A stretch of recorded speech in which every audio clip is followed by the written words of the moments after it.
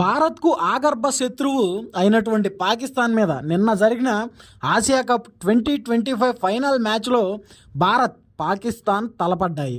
అయితే గతంలో భారతదేశపు మహిళల సింధూరాన్ని తుడిచేసి ఏదో పొడి చేశాం, ఏదో సాధించేశాం అని విర్రవీగిన పాకిస్తాన్ని వెన్నులో వణుకు పుట్టించి మన కాళ్ళ దగ్గర పడేశారు భారత ప్రధాని నరేంద్ర మోడీ గారు.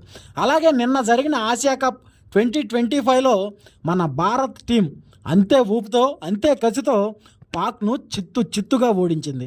గట్టిగా పిడికిలు బిగించి గుద్దితే ఆ చప్పుడికే చచ్చే పాకిస్తాన్ మనకు పోటీ ఏంటి బ్రో అని కొంతమంది అంటుంటే, ఇండియా టీం వరకు ఎందుకు బ్రో, మన గల్లీలో ఆడుకునే పోరగాళ్లను పంపిస్తే వాళ్ళ మీద గెలిచి వస్తారు, అలాంటి బచ్చాగాళ్లకు మీ వరకు ఎందుకు అంటూ ఎంతోమంది పాకిస్తాన్ మీద వ్యంగ్యంగా కామెంట్లు చేస్తున్నారు.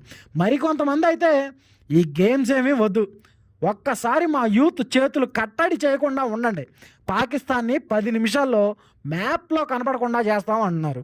మరి అలాంటి పాకిస్తాన్ను కొట్టే అవకాశం మీకు వస్తే మీరేం చేస్తారు? మీ అభిప్రాయాన్ని కామెంట్ రూపంలో తెలియజేయండి.